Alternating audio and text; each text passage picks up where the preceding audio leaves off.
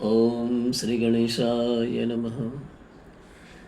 विघ्नेश्वराय वरदाय सुरप्रियाय लम्बोदराय सकलाय जगद्हिताय नागाननाय श्रुतियज्ञविभूषिताय गौरीसुताय गणनाथ नमो नमस्ते। ध्रुवं कश्चित् सर्वं सकलमपरस्त्वध्रुवमिदं परो ध्रुव्या ध्रुवी जगति गदति व्यस्तविषये समस्तेऽपि तस्मिन् पुरमथनतैर्विस्मित इव सुवञ्जीरे मे त्वां न खलु ननु दृष्टा मुखरता। ॐ गुरुर्ब्रह्मा गुरुर्विष्णु गुरुर्देवो महेश्वर गुरुर्साक्षात् परब्रह्म तस्मै श्रीगुरुवे नमः। नमस्ते शारदे देवी सरस्वती मते प्रदे वसतवं मम जीवाग्रे हरिहर जगदम्बा नाम प्रदा भवे।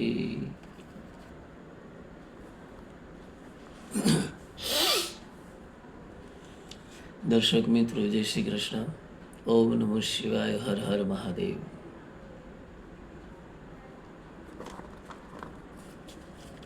સુતજી મહારાજ શૌનકાદિ મુનિઓની શિવજીની કથા સંભળાવી રહ્યા છે.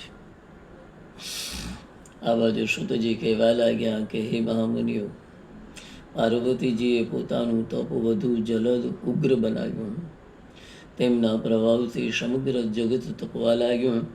તેથી સર્વદેવો તથા વિષ્ણુ ભેગા મળી મહાદેવજીની પાસે આવ્યા છે.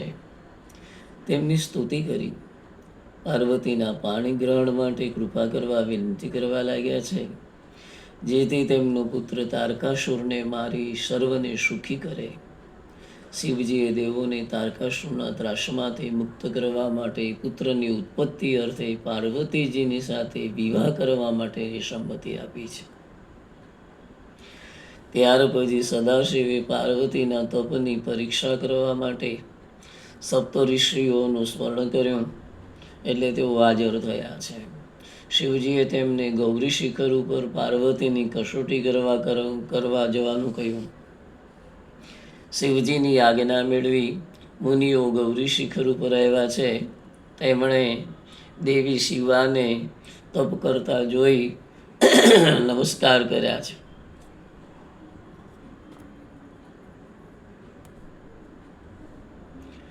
અને કહેવા લાગ્યા કે હે પર્વતપુત્રી, તમે આવું કઠિન તપ શા માટે કરો છો?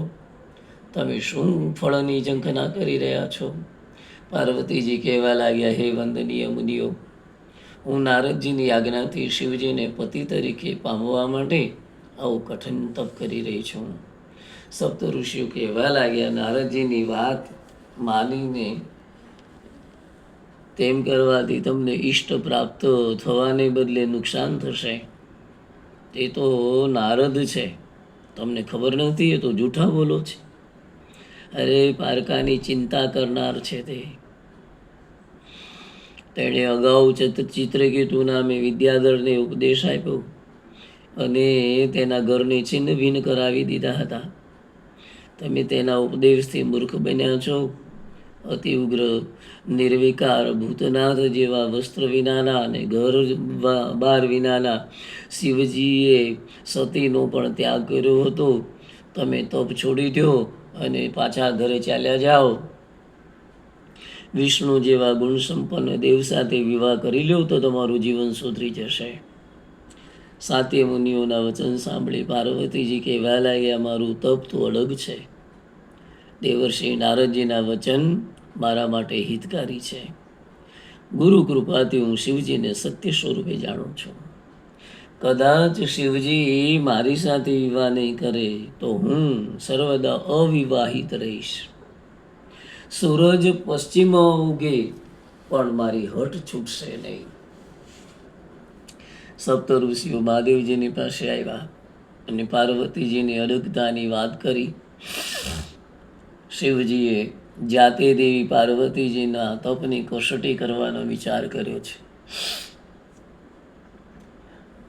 તેઓ બ્રહ્મચારીના સ્વરૂપે છત્રી હાથમાં લીધી છે, દંડ હાથમાં છે અને બ્રહ્મચારીનું સ્વરૂપ ધારણ કરી પાર્વતીજીની પાસે આવ્યા.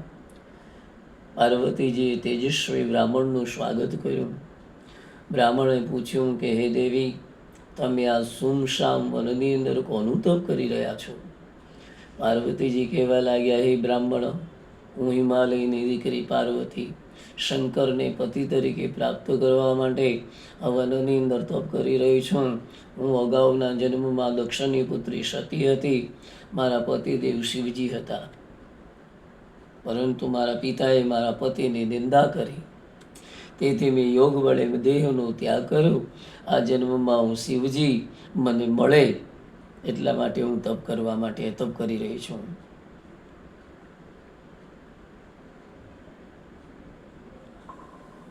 આ જન્મમાં શિવજી મને મળ્યા, પણ તેઓ મને ત્યજી દઈ કામદેવને ભસ્મ કરી જતા ભસ્મ કરીને જતા રહ્યા. ત્યારથી હું તેમને પ્રાપ્ત કરવા માટે આવું કઠિન તપ કરી રહી છું, પરંતુ હજી સદાશિવ પ્રસન્ન થયા નથી. હું બીજા જન્મે શિવને પતિ રૂપે મેળવવા અગ્નિ પ્રવેશ કરું છું.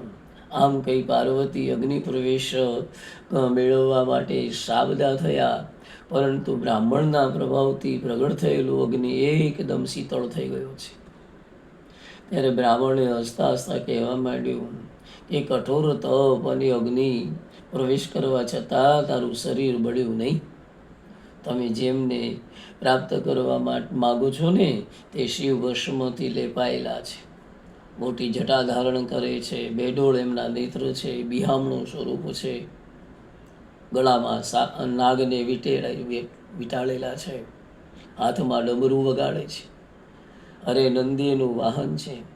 તમારું આવું શ્રેષ્ઠ રૂપ શિવજીને યોગ્ય નથી, માટે તમે જોયું કે તમારો અનાદર કરીને કામદેવને બાળીને ભસ્મ કરી દીધો અને મહાદેવ જતા રહ્યા. આવા વૈરાગીની સાથે જીવન જોડવું ઠીક નથી તમારી માટે તમે મનને પાછું વાળી લો અને ઘરે પાછા ચાલ્યા જાઓ. આવો બ્રાહ્મણના સ્વરૂપે બ્રહ્મચારી સ્વરૂપે મહાદેવજી પાર્વતીજીને કહેવા લાગ્યા. પાર્વતીજીને ગુસ્સો આવી ગયો.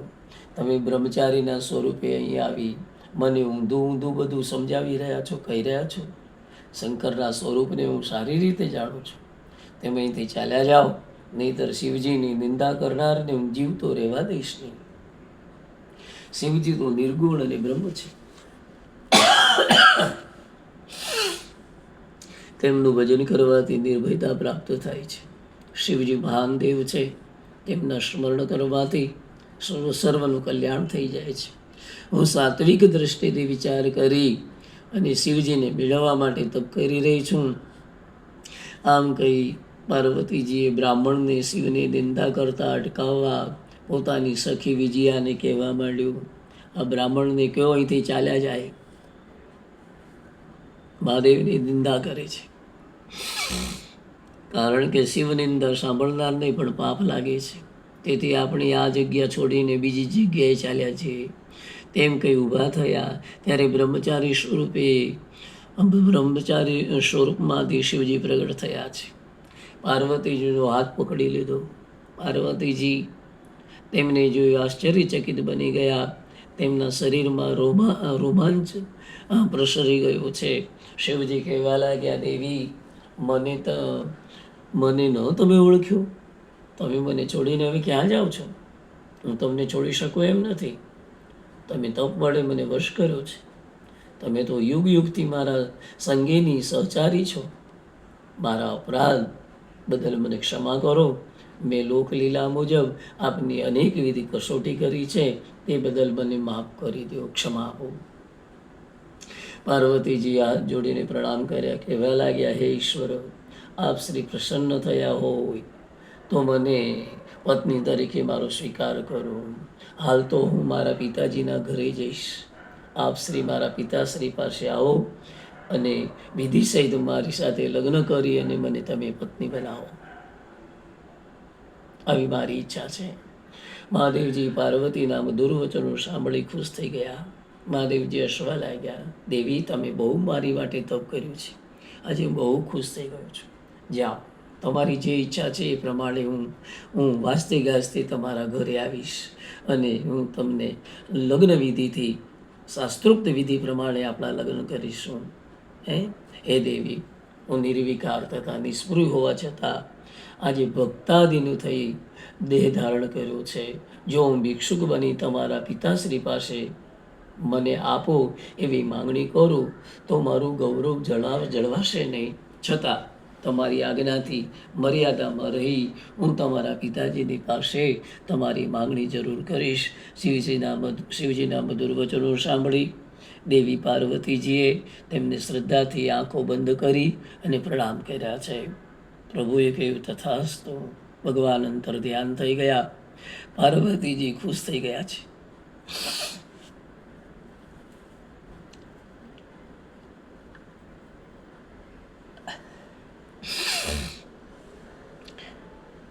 કહ્યું,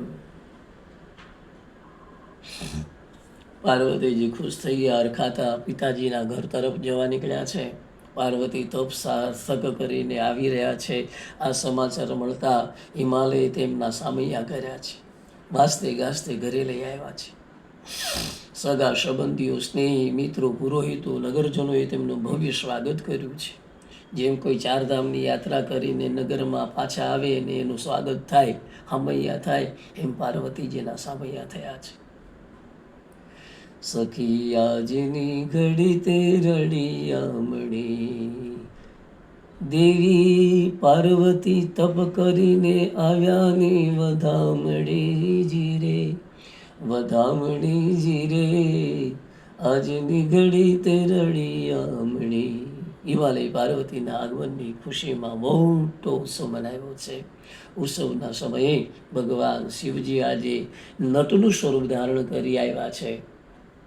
ડાબા હાથમાં સિંગી, જમણા હાથમાં ડમરું અને ખભે ગોદડી અને લાલ વસ્ત્રો ધારણ કરી મેનાના આંગણમાં નાચવા લાગ્યા છે. ભોલે બાબા डमरू वाले डमरू ही बजाएंगे, डमरू के नाद से सृष्टि को जगाएंगे, सृष्टि को जगाएंगे, सृष्टि को जगाएंगे.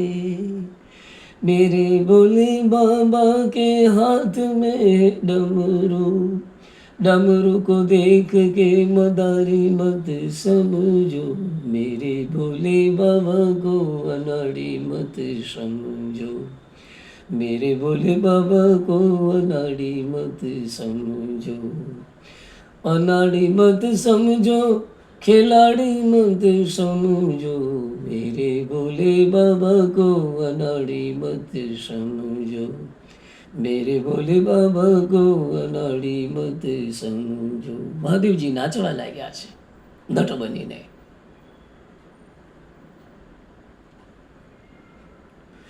मेरे भोले बाबा के कांध पे है झोली, झोली, झोली, झोली, मेरे भोले बाबा के कांध पे है झोली, झोली को देख के भिखारी मत समझो, मेरे भोले बाबा को अनाड़ी मत समझो, मेरे भोले बाबा को अनाड़ी मत समझो, अनाड़ी मत समझो, खिलाड़ी मत समझो, मेरे भोले बाबा को अनाड़ी मत समझो.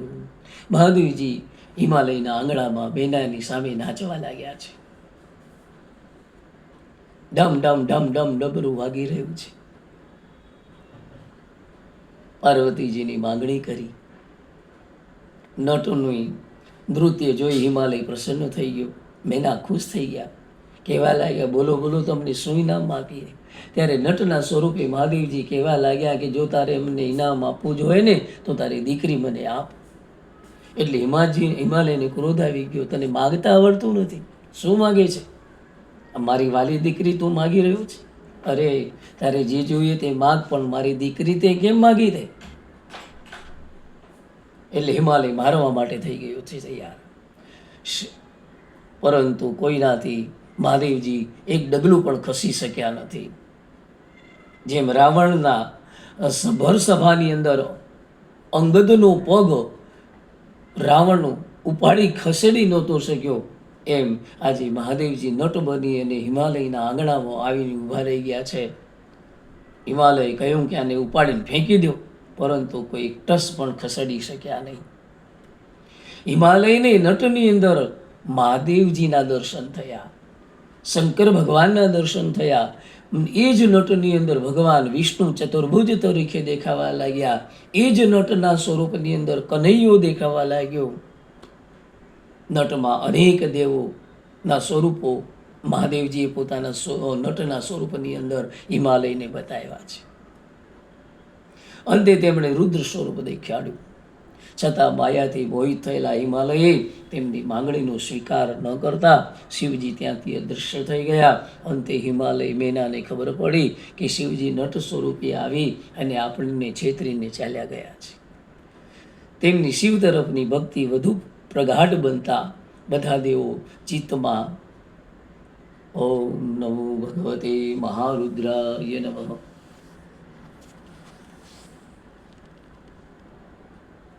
શિવજી તરફની ભક્તિ વધુ પ્રગાઢ બનતા બધા દેવો ચિંતામાં પડ્યા છે કે જો રત્નોના ભંડાર સમાન હિમાલય પૃથ્વી ઉપરથી દિવ્ય રૂપ ધારણ કરી શિવલોકમાં જશે તો પછી પૃથ્વીનું શું થશે?